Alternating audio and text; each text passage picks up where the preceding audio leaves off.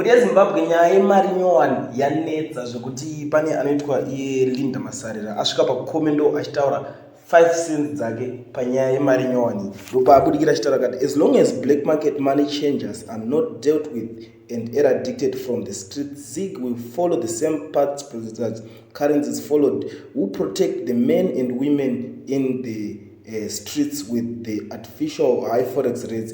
As long as there is no plan to deal with these unscrupulous characters in our economy, ZIG inogona kungoita navaizere mepo. Reserve Bank of Zimbabwe make periodic changes and banks the only mandated institutions to deal with forex. Linda Masarira, president of Labour Economics and African Development Party lead.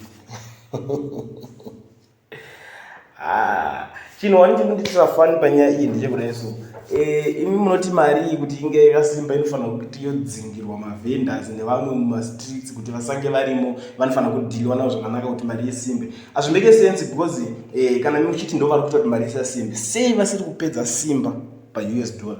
Ndoimwe nyaya inenge ichigara iningira tetindiro nemubvunzo ipapo but tisingadi kuningirikana because zoti mubvunzo unoshaya anopindura. Tikada tasa dzimwe nyika hadzina here mavendors, mari yavo iri kudonha iri nekuti mavendors vemustreet varimo because apa ungoti aiwa vanhu vemustreet vanhu vari kukonzeresa mari. Kana ichinge ine value, inini zvangu personal I don't believe kuti inokundwa kana kuti inoshayiswa simba navhendawo zvakare mustreet because chandoziva nje kuti 2008 chacho vanhu vanga vakazara mastreets vachitengesa shuga vachitengesa sipo chaiyo yanga yaitengeswa mumarodhu. But musi wakangonzi zvinhu zvakuita $4 zvinhu zvazara mumashops havana kumbodzingwa vakatiza vega. So I believe kuti mari iyoyo ikaningirina ikanzi yane simba rayo chaichero vega vanoshaya zvekuita, vanoshaya basa votoita plan B. Vamwe vanonga kutodzokera minders kwete kuti iwo woti nhasi vadongira because vangotora advantage iripo zvavafanira kuti vanhu vanotengesa fuel ngavadzingwe mumarodhi veve.